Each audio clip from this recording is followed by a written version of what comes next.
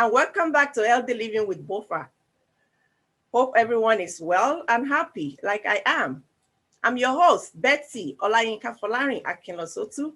Like I always do before we bring our segment to your view, I like to educate on what this program is all about. Let's think about the goals you and I have for our health and the positive results we all hope to have. What do you want to achieve? To achieve this goal is the reason why Healthy Living with BofA is set to touch and change lives in a unique way, especially the youth, less privileged and vulnerable in our community. This program features multiple segments, from today's news to nutrition, health, and wellness. Our nutrition program, which is segment tag, You Are What You Eat. Of course, we are all what we eat. This segment will be educating and sensitizing you and I on how to eat and live our way into healthy and beautiful body. While our health corner brings you information on health and how to maintain and prevent health challenges. Like I always say, wellness is not only about your body or my body, but everything around us. What you do, what I do, which seems not to, realized by you and I, that these are part of healthy living. To educate more on this, our interview segment features professionals from various and different fields, such as health, education, agriculture, nutrition, entrepreneurship, entertainment, food industries, and so on. What is the objective of this initiative? This program is to bring awareness to you people on health, nutrition, of course, wellness. Today, we have a lot of information for you, and I'm sure you cannot wait to see them coming live on your screen. Right now is our health segment. Thanks for watching. I'm Betsy Adeyinka Akinlosotu, also known as BofA. Let's take a break. When we return, is Health Corner.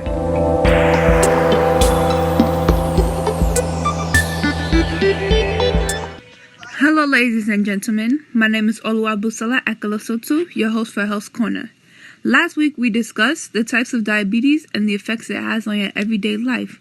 And we also learned ways to prevent them from my co-host, Betty Akinlosotu. Now, today's category is arthritis. Let's jump right into it. What is arthritis?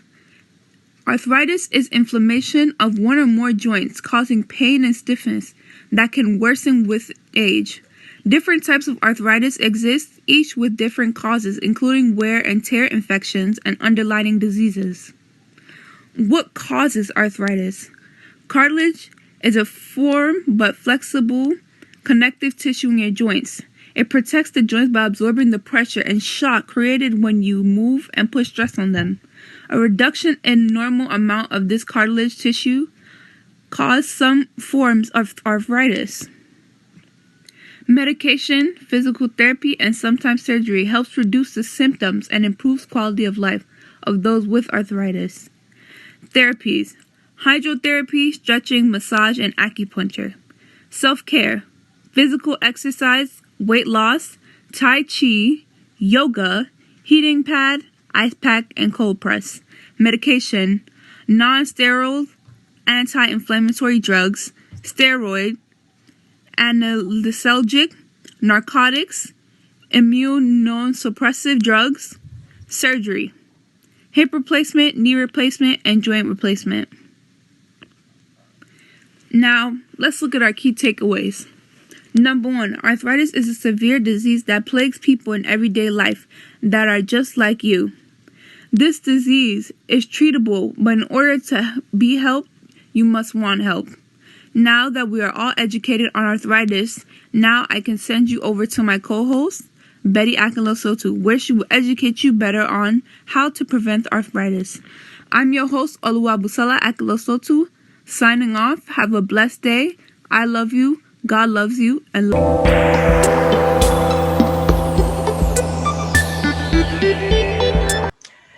All right, today's gonna be beautiful, informative, and interactive with the guests we have on the program today. I want you to please join me in welcoming my guest on the program. Is a wonderful caregiver, a beautiful soul, nice and calm doctor. Is a Nigerian.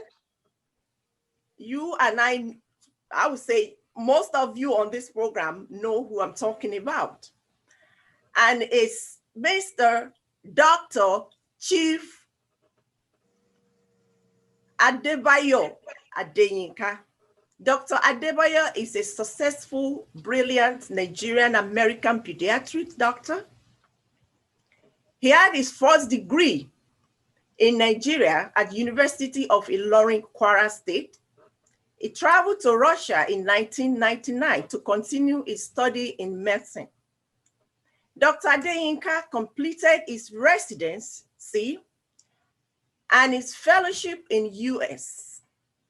Dr. Adeyinka is an Associate Director, Pediatric Simulation Laboratory Coordinator, Pediatric at Brooklyn Hospital Center in New York, here in New York. He was appointed as Assistant Professor of Clinical Pediatrics, Icahn School of Medicine, Mount Sinai Medical Center, New York. Also an Assistant Professor of Clinical Pediatrics, Weill Medical College at Cornell University Medical Center, New York. Dr. Adeyinka has a very intimidating profile, which I cannot even list all on the program today because of our time.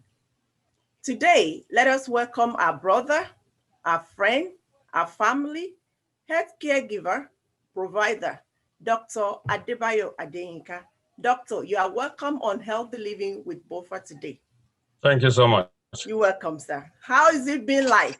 I personally know that it's been hectic and struggle for the past 8 months of this global public health threats, COVID-19 pandemic.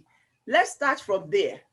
Doctor, you are one of the frontline doctor in US on COVID-19. I know that, and it's been very tedious and hectic for you. Tell us, what should we be expecting? Because now we had it that is coming back. I'll call it return of COVID-19. So what do we be expecting, doing, and conscious of when it comes? Just briefly tell us about that before we jump right into the other questions. Okay, thank you so much, my dear sister. It's a pleasure being on your forum and your program today. Just to touch briefly on COVID,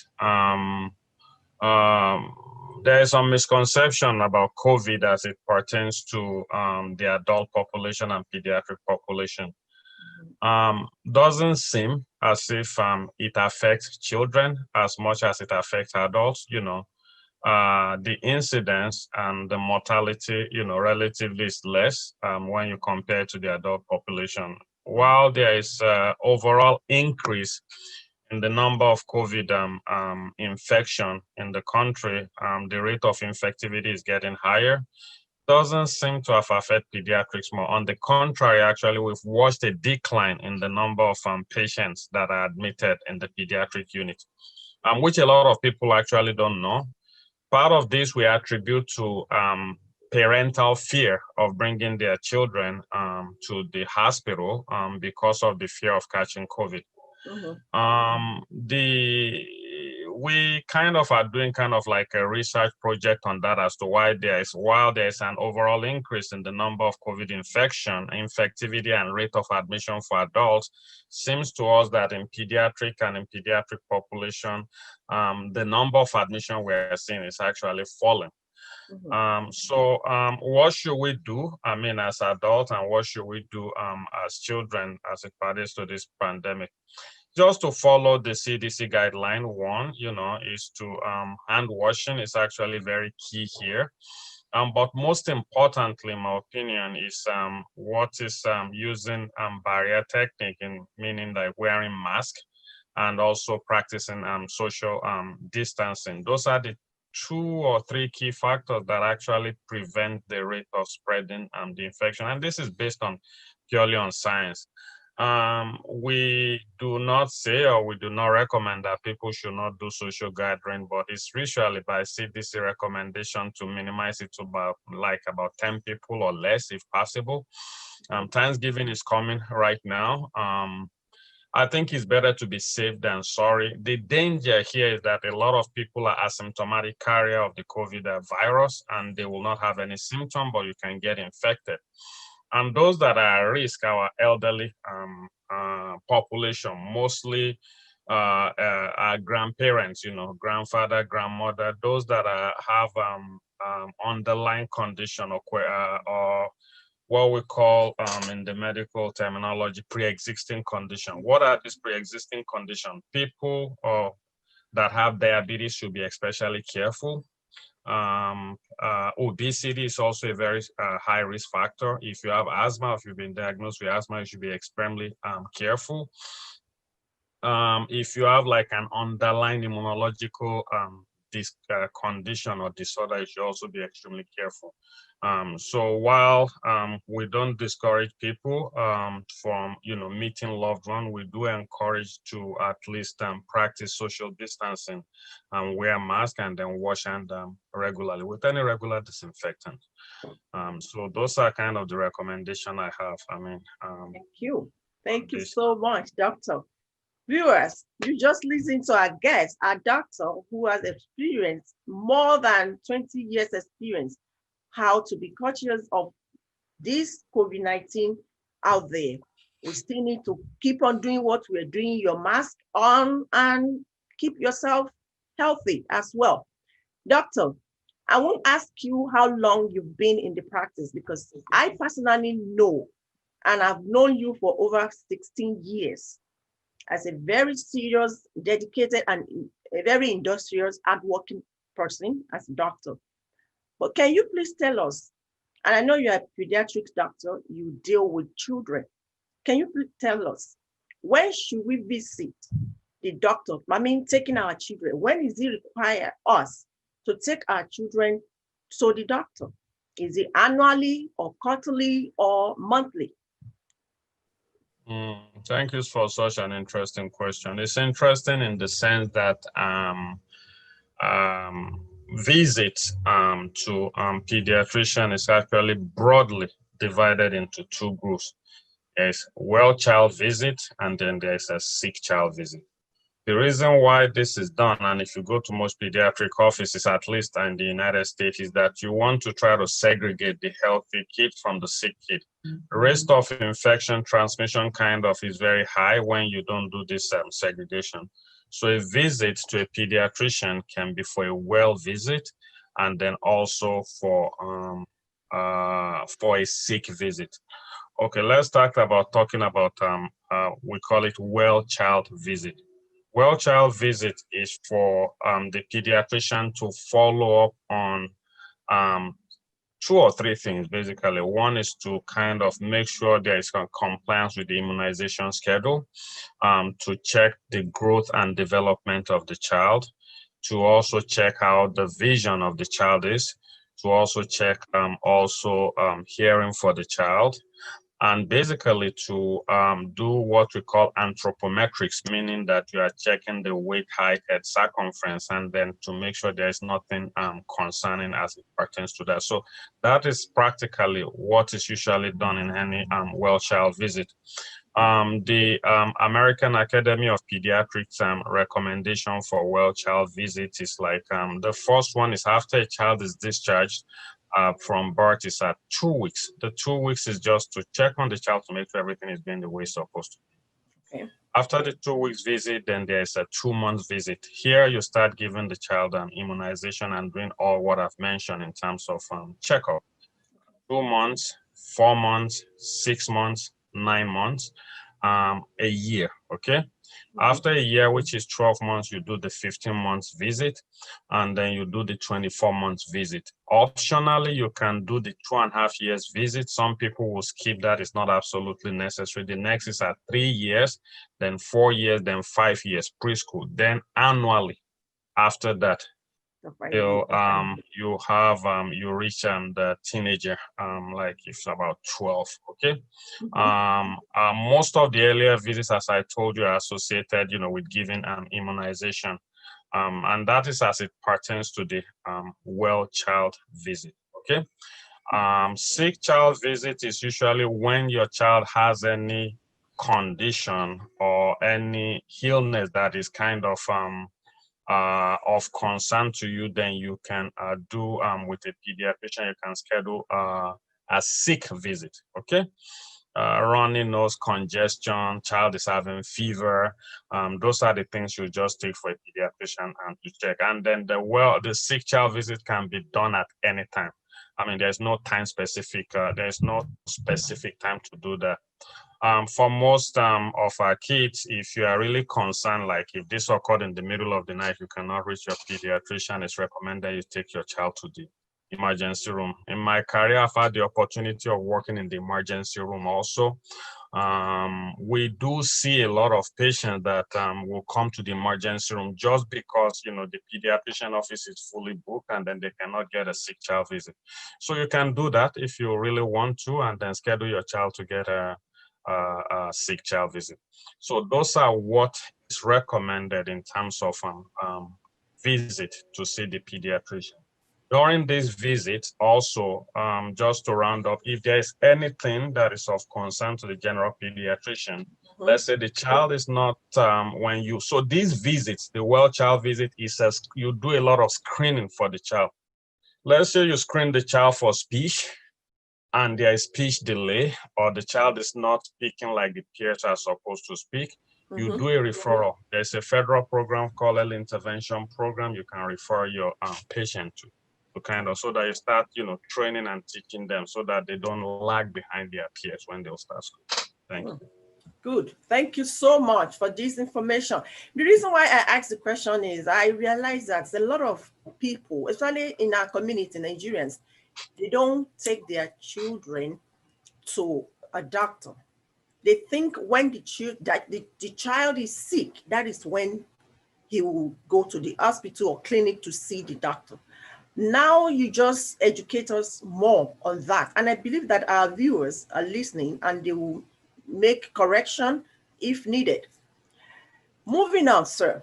Doctor, I know all the doctors have a philosophy in their professions. What are your views on vaccine, antibiotics, alternative medicine, and so on? What is your view on that? You're talking about, let's kind of split this up into several segments. Let's talk about vaccination first, okay? Okay. Vaccination, according to the American Academy of Pediatrics, is highly or strongly recommended for all children that meet the immunization age. This is not based on any myth, and this is not based on any hearsay. This is just based on scientific fact. The impact of immunization cannot be overemphasized, especially in countries like ours, Nigeria, where you have a lot of unnecessary death, unnecessary mortality for diseases that are at this point in healthcare development are easily treatable. And I'll mention some couple of diseases for you. Diphtheria, pertussis, or whooping cough, as we used to call it, meningitis, which kills a lot of children, polio, which causes paralysis that, if we have people that still live in the villages, you'll still see one or two child that have been afflicted with polio and then that is suffering from it with paralysis.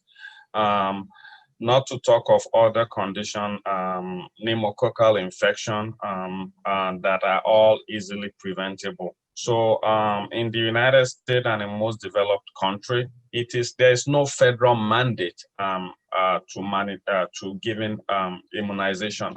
As a parent, it's your right uh,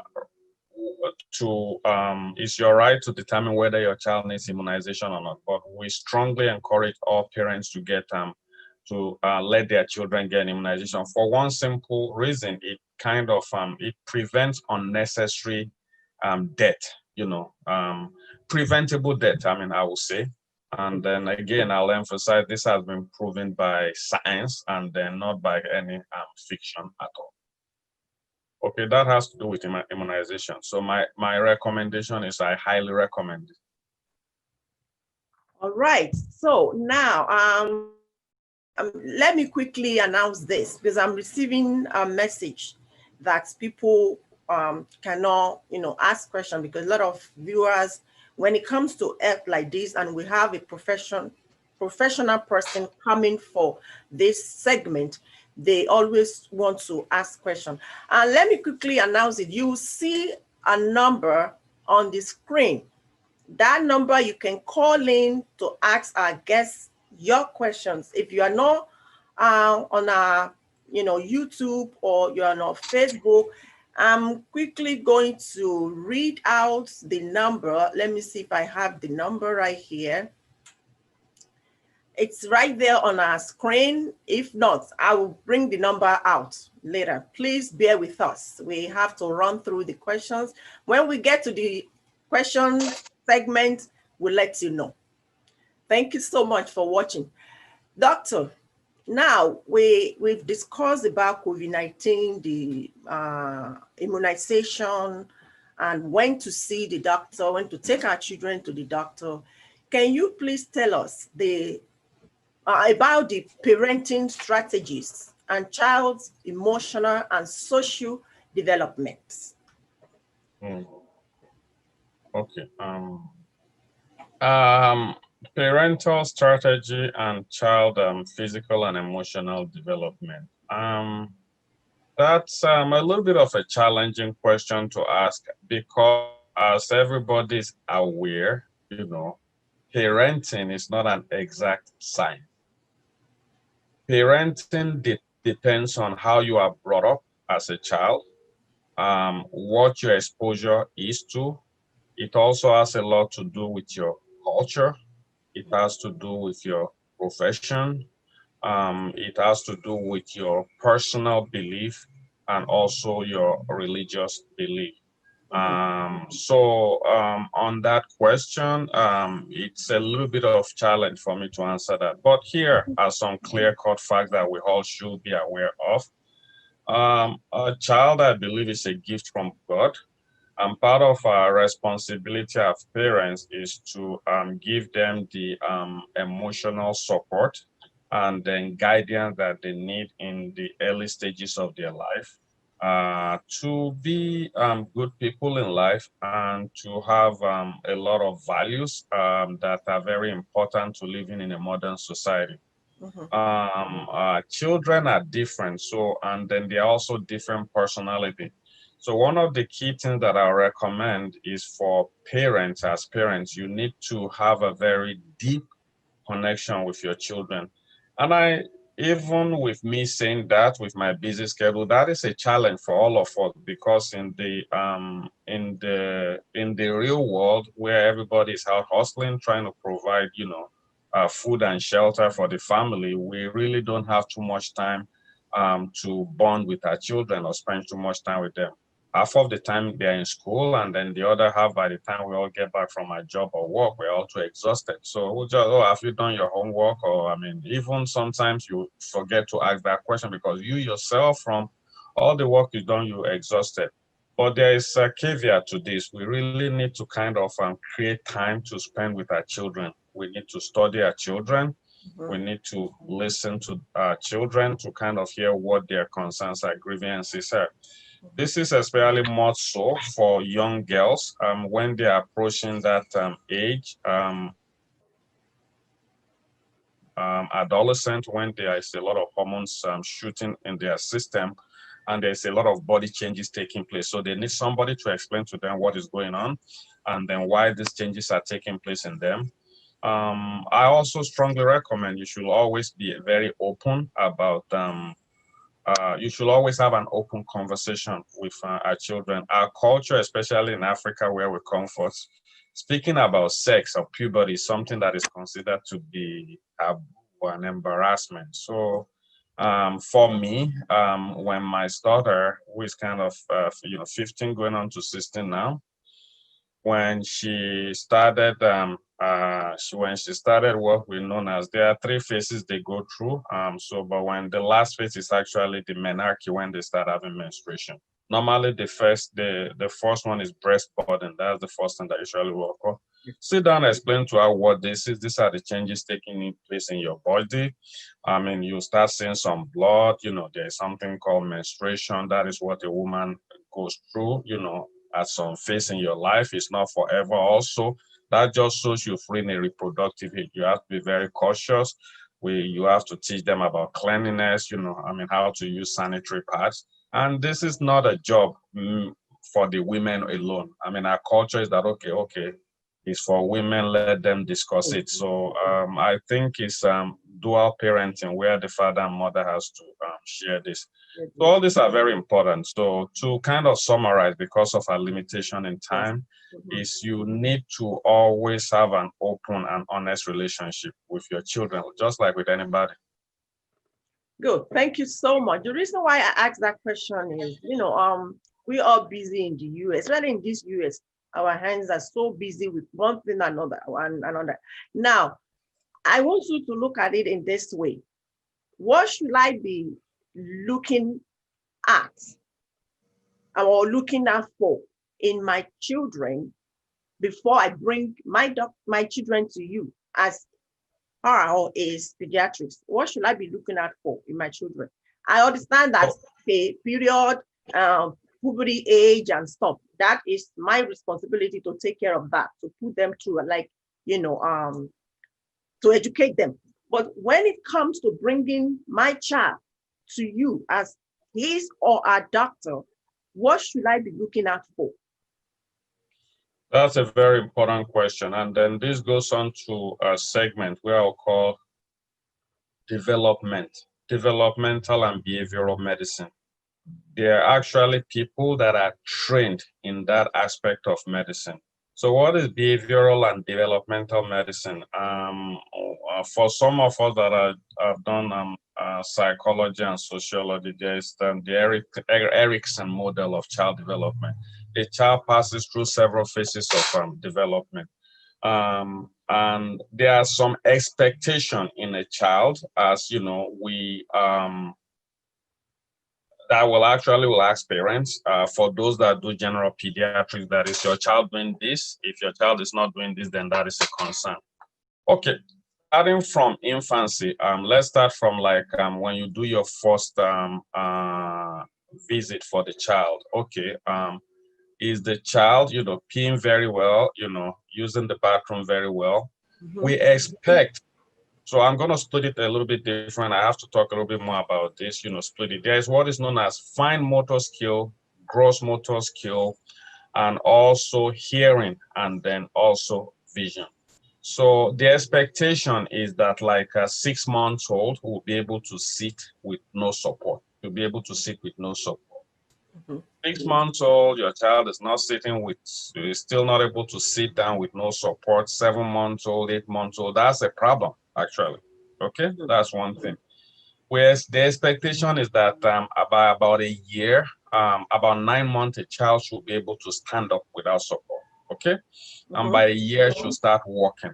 So if you are not seeing all those are concerns, and those are the things that you want to focus on. Most of these, will not require intervention because, there is variability in gross motor development. Okay. Mhm. A 1-year-old should be able to have what we know as basic grasp. You're able to hold. So this is fine motor skill. It's kind of it's very difficult to develop. So if like about a year and some couple of months, the child is not able to grasp and hold stuff, that means there's a little bit of delay in the fine motor skill. By about 15 months, a child should be able to run up and down a stair.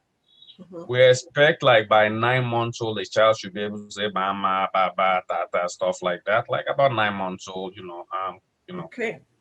a child should start to some degree saying some words by 2 years old. Okay, at least about 50% of what the child is saying should kind of just be understanding some of it. By 3 years old, it should be closer to like 75%. By the time they are approaching, school age, you should understand everything they are saying. If there is a delay, and there is a scale for kind of assessing this, if there is a delay in this, we call it speech delay or language delay. They might need early intervention.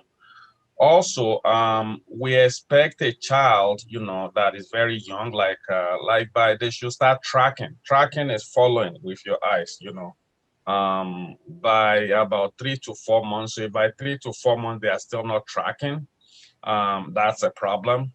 If like also hearing also, I mean, they should be able to respond to sound. I mean, actually very early, 2, 3, 4 months, they should be able to, and then they will have this startle.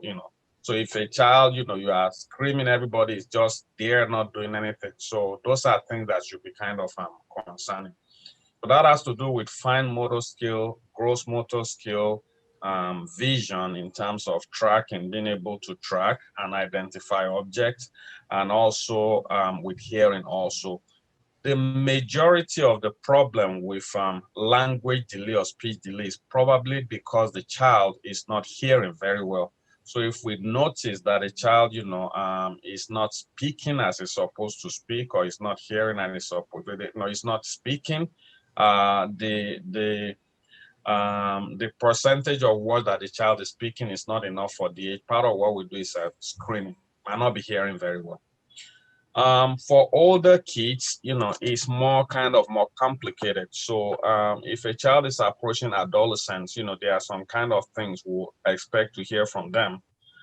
We call this the BIHEADS assessment. BIHEADS basically means, it's like an acronym for BI stands for body image, H stands for home, E stands for education, A for activities, and then D for drugs, and X for sexual activity. So those are the things we screen about. Unfortunately, well, I won't call it unfortunately because that would be politically incorrect. A child that is born, but might have different inclination as to what their sexuality is, and there are several types. You can be homosexual, you can be bisexual, you can be heterosexual, and you can also be transgender. It's very common in this country. Mhm. It is also prevalent in Africa, but we suppress it. And our culture and our belief is that, this is taboo, and then it's not something you speak about. It's against God's will. There is nothing against God's will here. But I don't want to go into, because this is a very hot topic that people I have their do. different.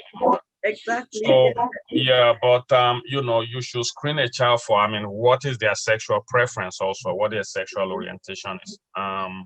Home environment is also very important. Are they undergoing any stress at home?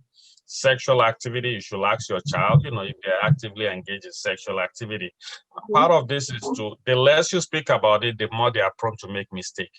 It's better to always have an open conversation about it. This is a very broad topic, and I don't think our time will permit us to go into Yes, that's everything. true.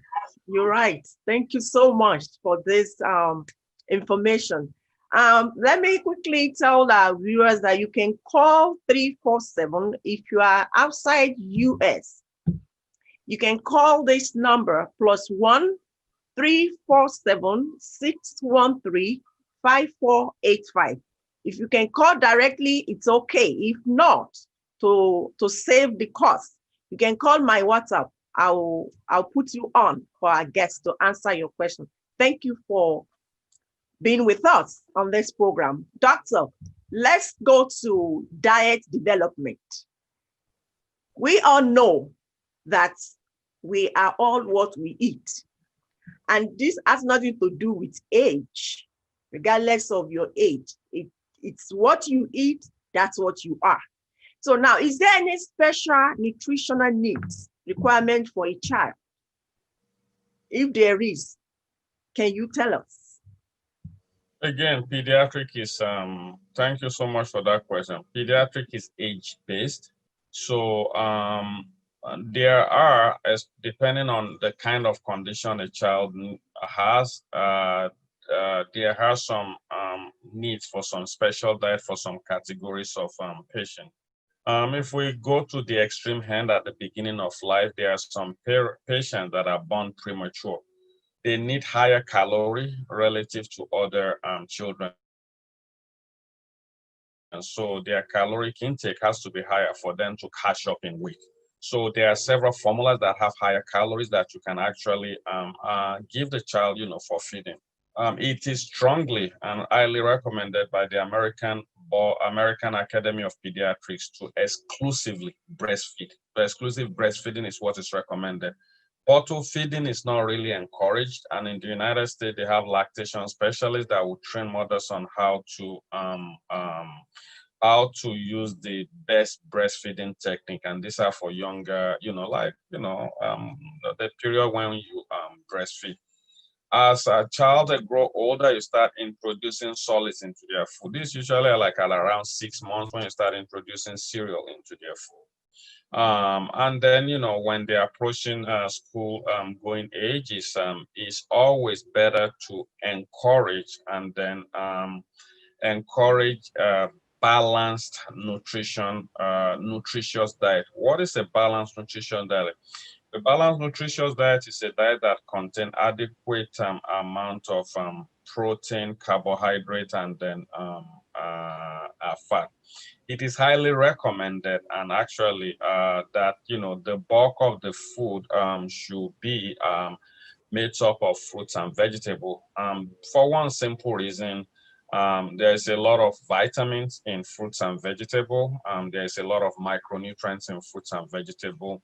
The problem with carbohydrates and then fat is that the problem with them is that the body, one, metabolizes it very slowly, and then most of it that you don't use is stored in the body, which is kind of not what happens when you have a protein diet. So excess protein is just, destroyed by the body and excreted. So to kind of have a balance, it's highly recommended you have like more proteinous diet and with an adequate amount of fruit and vegetable. And this is to promote some healthy living, healthy lifestyle. It encourage it kind of the vitamins. The vitamins are very important for a lot of enzymatic. I don't want to use a lot of medical jargon. Enzymatic process that takes place in the body. Plus, the micronutrients are especially important for our immunity. So that is what, in terms of dietary intake, I'll encourage. We also will tend to encourage home cooking rather than fast food. Fast food contains a lot of preservative, and it's called fast food for one simple reason. It's just for you to it's just for them to sell, for you to kind of jack up your energy a little bit, and then but it's really not nutritionally valuable for a child. So we strongly recommend home cooking for children in terms of the nutrition that they should be getting. Thank you. Thank you so much, Doctor. We have a question coming from one of our viewers. That's from Engineer Bosoye Olalere. I want to take you back to COVID-19, discussion. The question is, it says, what is your view on the superior management of COVID-19 pandemic in Nigeria compared to the US amongst children? Superior. Management. You mean, if I'm to understand that question correctly, I think it's trying to know that how is it taken care of or handled in Nigeria, in the US compared to Nigeria? And that's the way I understand the question. But yeah, I kind of get the gist of the question, but really, I don't think there is a difference in management of COVID-19, whether it's in Nigeria or whether it's in the United States. Perhaps the real question is that is there adequate or is there enough supply of medication to treat this disease in Nigeria relative to America? If you're talking about America, yes, all the medications are available to treat this, and people are getting it if they need it. The standard of care for treating COVID-19, depending on the severity, is to use remdesivir. Remdesivir is an antiviral drug that we use to treat COVID-19 infection. That's actually the top tier drug. Also, we use azithromycin and hydroxychloroquine. There's a lot of controversy about the hydroxychloroquine. It seems to work in some certain group of people, and some other group of people, it doesn't work. There's not a lot of data out there. There was a time there was somebody that posted a video online that a lot of people were asking me question about Nigerian trained Cameroonian doctor that was touting, the efficacy of hydroxychloroquine for the treatment and management of COVID-19 infection. Most of the information this person was providing is false, and there's no scientific data to actually back it up. Not a lot of people were kind of following that, but really, if you listen to most of the top scientists in this country, there's really no scientific basis to back that up. But in terms of treatment of COVID-19, whether it's in Nigeria, China, Ghana, Ivory Coast, Mexico, Nicaragua, there is a standard of care for those patients in terms of the medication they get. If they do go into respiratory failure, you put them on life support machine, mechanical ventilation. Now, there might be a challenge with that in Nigeria, that we don't have a lot of those sophisticated machines to treat those patients. And even if we do, because I do a lot of global health, and it's a challenge, with electricity supply in Nigeria. So if a patient goes into respiratory failure because of COVID-19, it's not as if the doctors in Nigeria don't know what to do. But then the bigger question is that, do they have the resources in their hand or available to carry out their work?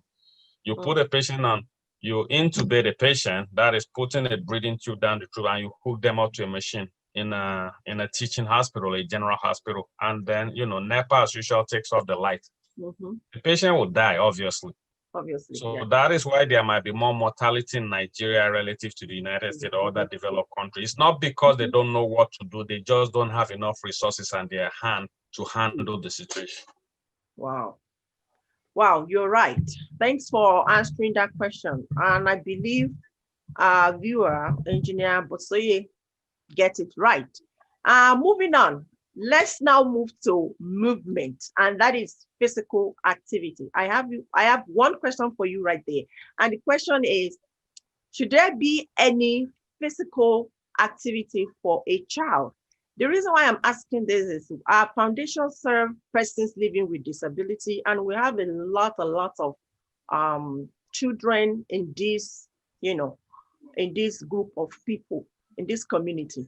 And I kind of going home regularly to give them, kind of coaching, both on health and on nutrition, which we have other health professionals that follow us and, join us in this.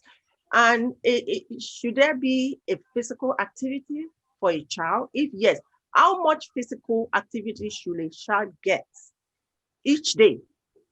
Okay. Physical activity is actually highly recommended in the pediatric population for one simple reason. It's one of the way of promoting a healthy lifestyle.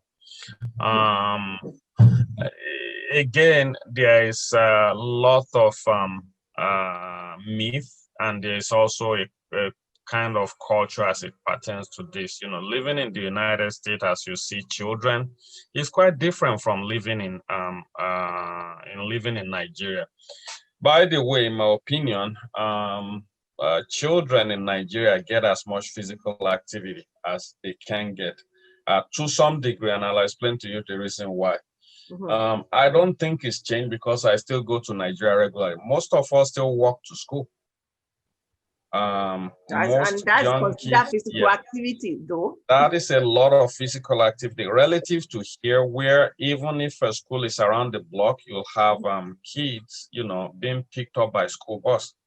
So I remember, even though it seems far, my first daughter, where she went to a private school when she first started, schooling, it's a walking distance, in my opinion. That is how we used to walk when we were children. When I was going to elementary school, so walking is actually one of the least strenuous and then one of the most easily carryable and physical activities. So I think that is what I will encourage and promote amongst children, because walking will promote your muscle to work.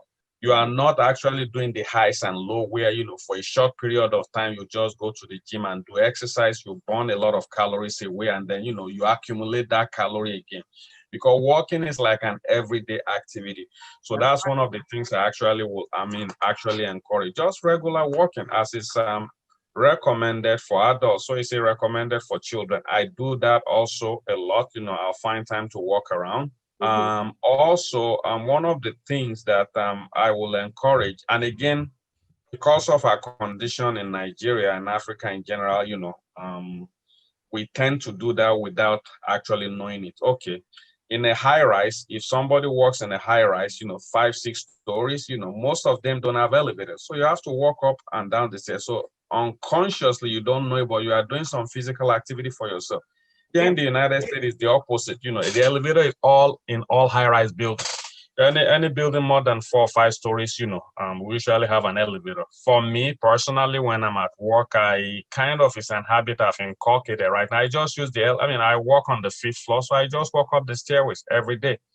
So it's you don't think you are exercising, but you are really exercising. By the time you get to the 5th floor, you do it twice, you're out of breath. You've burnt whatever you're feeding, you've burnt it away. So to me, I'm a firm promoter of subconscious exercise, where you do it without physically straining yourself, but it's contributing to your ability to burn away those calories. And that will take us to health measurement. Let's talk a little bit about health weight assessment. Yes, thank you. Now, what is the normal BMI for ages? Okay. Thank you so much. And I want you to, please, because I have a lot of obese in my surroundings, my friends and family, bunch of them, and I keep telling them, this is what you do, this is what you do. Maybe when I'm not a doctor, maybe they will believe from you if you say it now. They are watching us right now. Yeah.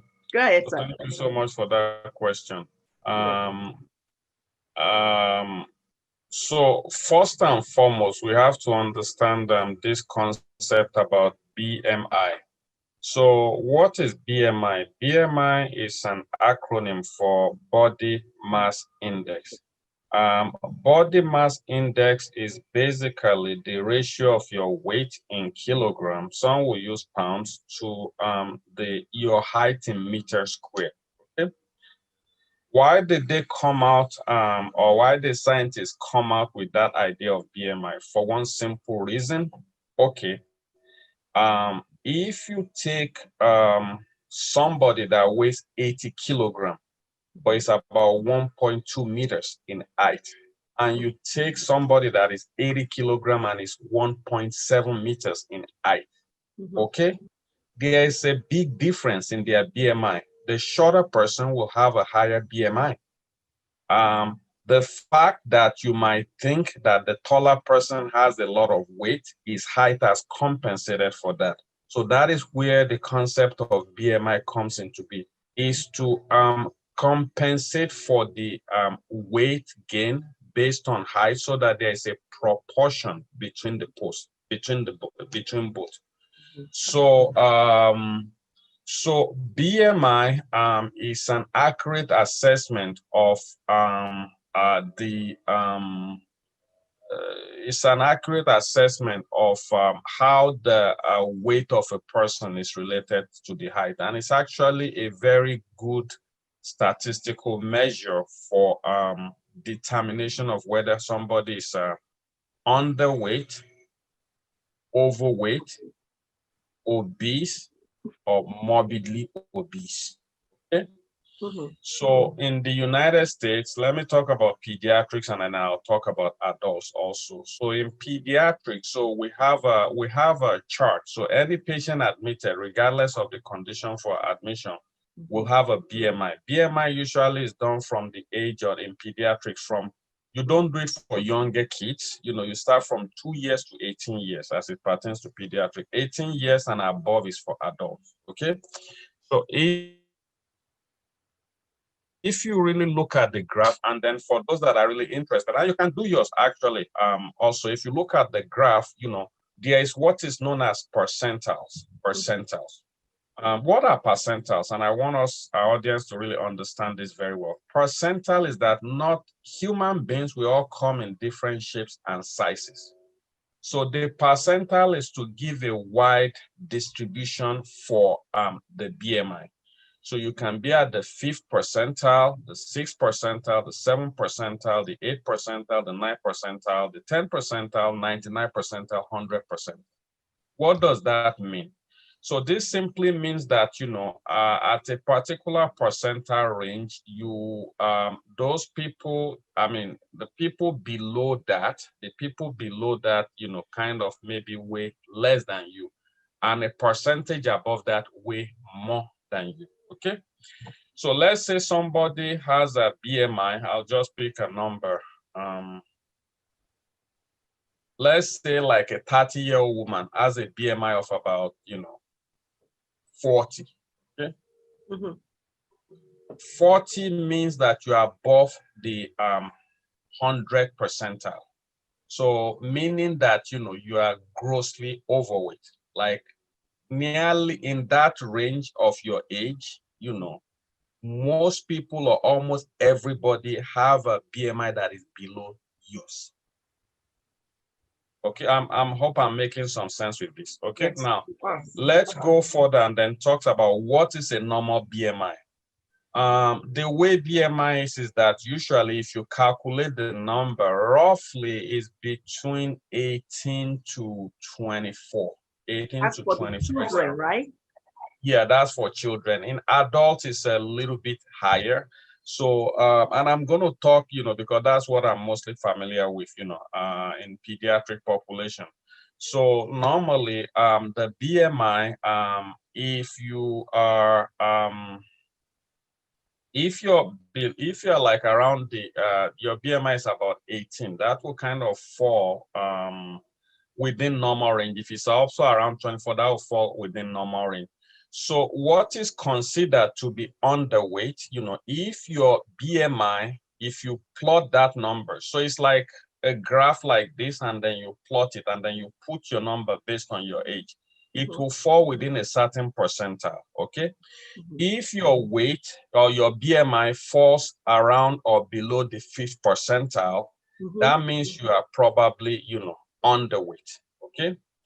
If your BMI is between the 85th to 95th percentile as it pertains to pediatric patients, that means, you know, you are overweight. That doesn't necessarily mean you are obese.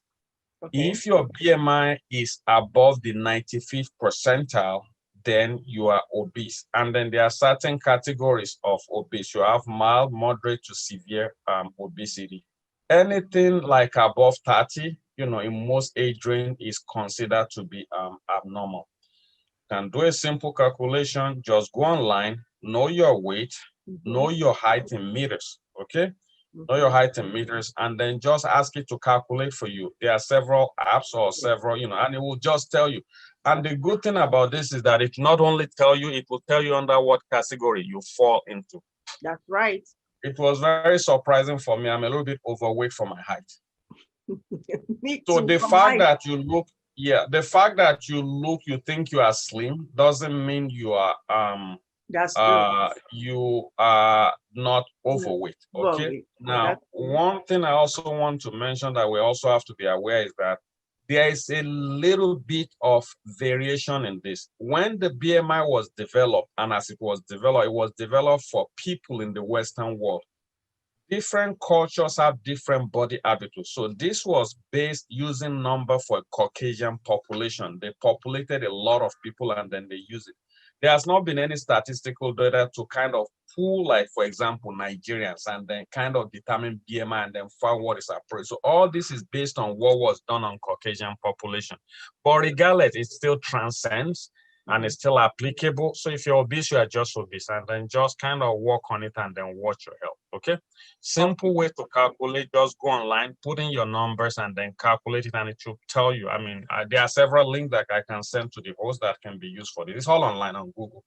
So it's okay to say that if our child is overweight, we should be concerned about it. Yes, there should be a lot of concern with, go ahead. And what what Okay, what what should we do? Should we place them okay, on diet? so when you deemed, and actually that's the job of the pediatrician. So what are the risk factors with obesity? There is a lot of, actually, with being overweight and having obesity. There are several risk factors associated with this. One, and the foremost, is that obesity can lead to other condition. It can lead to early hypertension Mhm. in child. There is hypertension in children. You can get hypertension. You can develop what we call metabolic syndrome. Your cholesterol will be very high. Your low density lipoprotein will be very high. Your HDL, high density lipoprotein, will be very high. All this will lead to early atherosclerosis at a very young age. And what does that can lead to is like a stroke, myocardial infarction as you get older. Obesity kind of reduces your insulin sensitivity. The That's insulin are true. not that sensitive, so that can actually lead to what is known as type 2 diabetes. In fact, in the United States, the prevalence of type 2 diabetes is rising higher and higher. What Exactly. else can, being overweight and being obese cause? You can develop what is known as obstructive sleep apnea. You will snore a lot. You'll see all these young children, some of them will start snoring, which is not Mhm. normal and is not expected. Okay, they can develop what we call also SCIFI, which is sleep capital femoral epiphysis. It's really not a bone fracture, but it can cause them to limp and other conditions also, but both are the most important one that you can encounter. So how do you counteract this? First is the first thing to do for obesity is promoting healthy lifestyle. Really, you don't treat it with any medication. Mhm. Promoting healthy lifestyle, diet and exercising, walking more. If Mhm. you are into sport, we encourage, to do sport, basketball, football, boxing for boys. There's a lot of physical activity and sports for girls too. And then changing the eating habits also. How your child eats is a reflection of how you eat because your child will follow your pattern. So if you don't have healthy eating lifestyle at home, if you like to buy your children a lot of fast food, that should be highly discouraged and you should cook them more home cooked meal that are more nutritious and is more beneficial to them. Good. Thank you, doctor. I have one question from the viewer, and it says that because of COVID-19 we discussed, and the person is asking that, will you say that people in Nigeria are more healthier because of the lack of fast food compared to the US?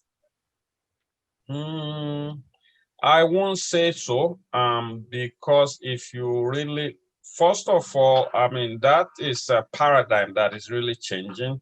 Mhm. My visit to Nigeria, I grew up in Nigeria. I left quite a long time ago, but I've been going more frequently now.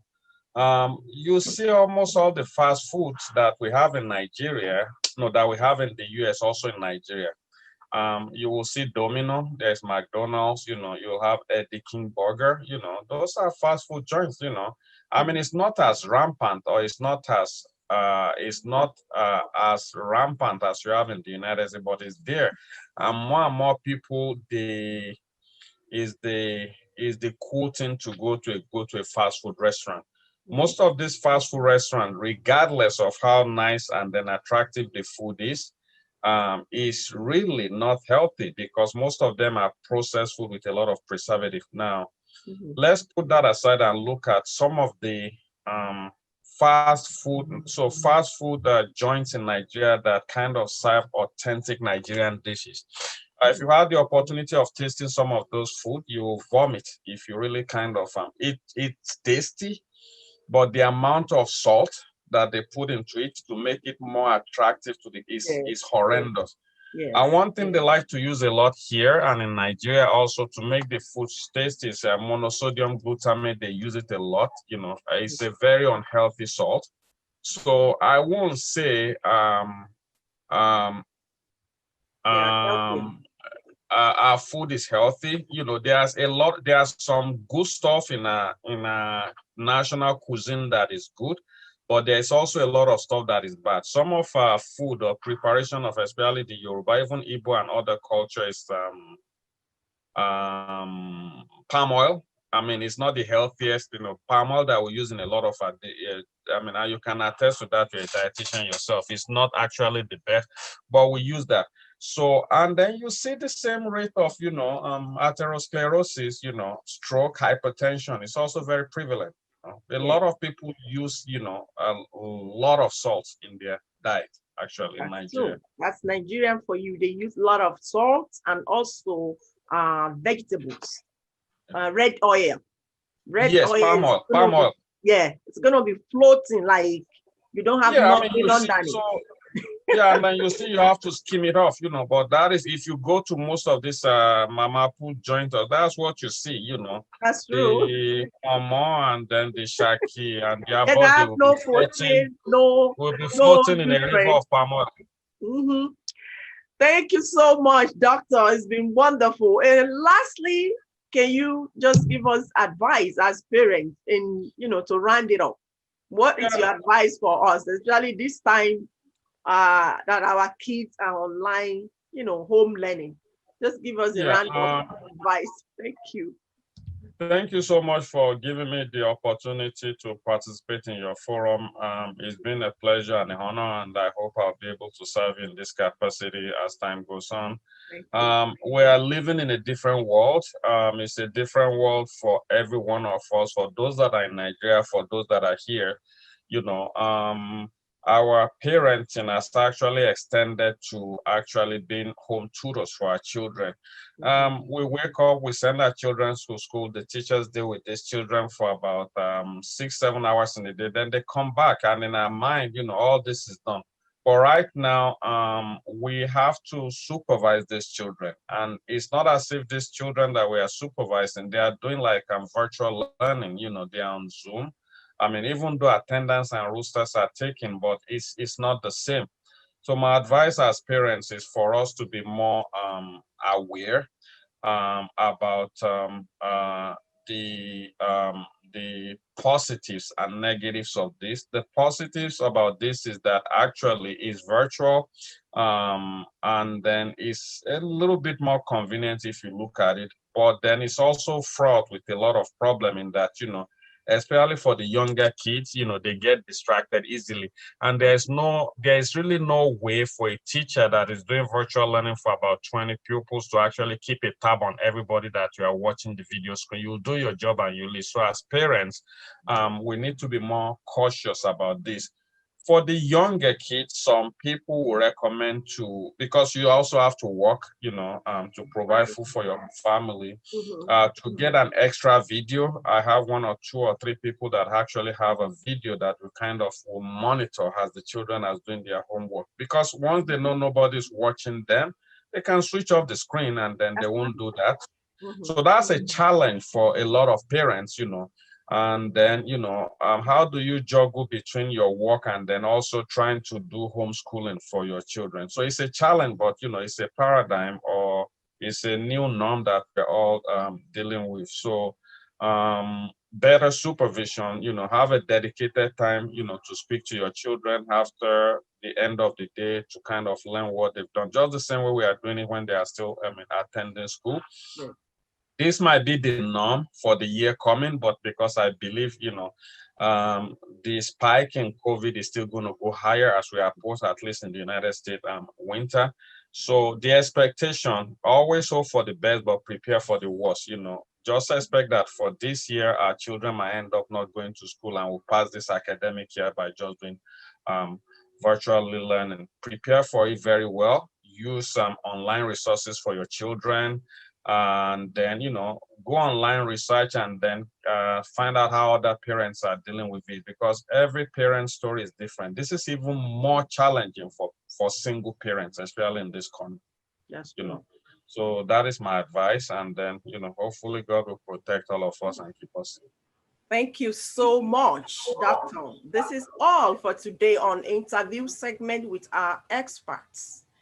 I want to say thank you to Dr. Adeyinka for taking your time to educate us today, especially on health for our children and in general. We do appreciate your time on the program today. I say God bless you and continue to strengthen you. We hope to have you more on this program very soon. And thank you Thank so you for having much me. for always saying Yes. yes to my call. I'm Okay. so happy. I'm so honored. God will honor you. Thank you so Thank you much. so much. It's Bye-bye. a Thank pleasure. you. It's a pleasure. Bye. Bye. Thank you. Bye. Bye. Our viewer, it's been informative and interactive today with our guests, Dr. Adeyinka, on interview segment. Right now is a nutrition segment, and we've all been educated on what arthritis is today.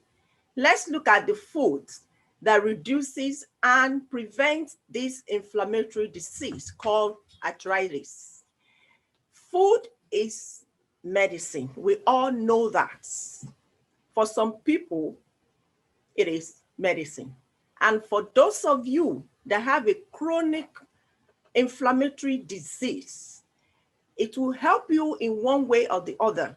But trust me, once the disease is diagnosed, it's very, very risky, or it's going to give you a little, a small amount of assurance to get it through or to get over it with food, with your diet. So let's quickly talk about the food that will reduce and prevent arthritis. If you are struggling with pain from arthritis, eating food that have antioxidants, anti-inflammatory, and analgesic properties will help you. Here are the foods that can help you ease your arthritis pain. Number one is omega-3. And this omega-3 is known as fatty acid. Fatty acid, which has, potent anti-inflammatory effect. You can get it from fatty fish. Variety of fish such as salmon, mackerel, tuna, and sardine. I need to let you know this, that the study also showed that taking omega-3 fatty acid supplements decreases joint intensity, morning stiffness, and the number of painful joints. Fish also is a good source of vitamin D, which can help prevent deficiency. Now, let's go to the second food you want to experiment on, and which is green tea. Green tea is known to be very high in nutrients and antioxidants, and it has the ability to reduce inflammation. You want to have your tea bag, not the powder tea mix. Why? Because the powder tea mix are more processed. If you drink the caffeinated variety, make sure the process is all natural. The next food is fruits. Of course, we want to live on fruits and vegetables. Fruit like berries, What are these berries? Blueberries, blackberries, strawberries, cranberries, raspberry. All provide arthritis fighting power. You want to live on apple? Eat apple. Apple are also high in antioxidant and a good source of fiber.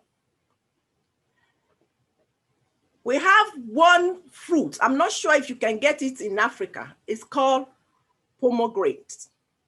Pomegranate is a kind of fruit that have tannins which can fight the inflammation of arthritis. So all these fruits, you want to experiment on them if you are suffering from arthritis. Of course, vegetables. Vegetables like cauliflower, mushrooms, Brussels sprouts, broccoli, and so on. In either frozen or fresh, they are all good to go. You can eat them. And also there are a lot of vegetables you can also eat that is called leafy vegetables, like ugu in Nigeria, like efo shoko, tete, and so on. I can't remember all this Nigerian vegetable anymore. But if you live in the US, you can live on kale, collard green, spinach. These are vegetables you can eat if you are suffering from this inflammatory disease, which we call arthritis. The next one you want to eat is canola and olive oil. These two oils have a very good balance of omega-3 and omega-6 acids. Both of them are essential fatty acid, a component in olive oil called oleocathols, which has anti-inflammatory property. It's a very strong oil that you want to use both for your food, to rub on your body, and the area that you have your arthritis. Try to use this olive oil. It's a very powerful. I use it myself. I use it to rub my skin, to every part of my body. That's what I use olive oil. And it's a very strong and beautiful oil that you can use to glow your skin as well.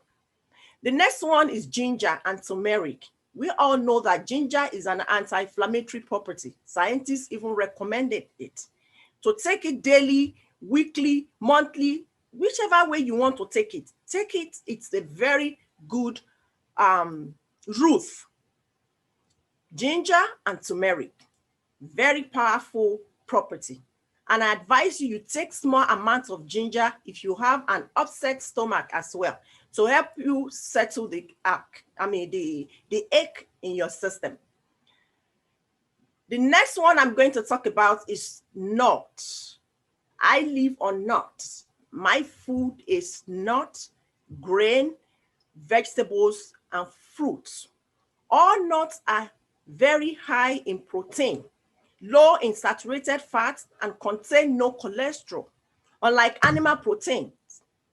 It helps arthritis if you eat them alone or add them to your favorite yogurts, salad, or healthy dish. This will boost your protein anyway. You can substitute this nut with meat. You know why you're going to substitute it? Because you have protein. You also get fatty acid, which we call omega-3 from nut, which this meat will not give you. So you want to experiment on nut. Now, in recap, here are the food for arthritis: omega-3 and 3 and 6, nuts, fruits, vegetables, turmeric, ginger, canola and olive oil, and lastly, green tea. I hope someone is blessed with health tips today on Healthy Living with BofA. I want to say thank you to all our viewers. I want to say God bless you for being on the program today. It is not by our power, nor by our might, but by the grace of God and you being online to support us. I want to say big thanks to you. God bless you. I'm still your host, Betsy Adeyinka Akinlosotu, aka BofA. I'll see you next week with good health. Be safe and healthy. God bless you. Bye.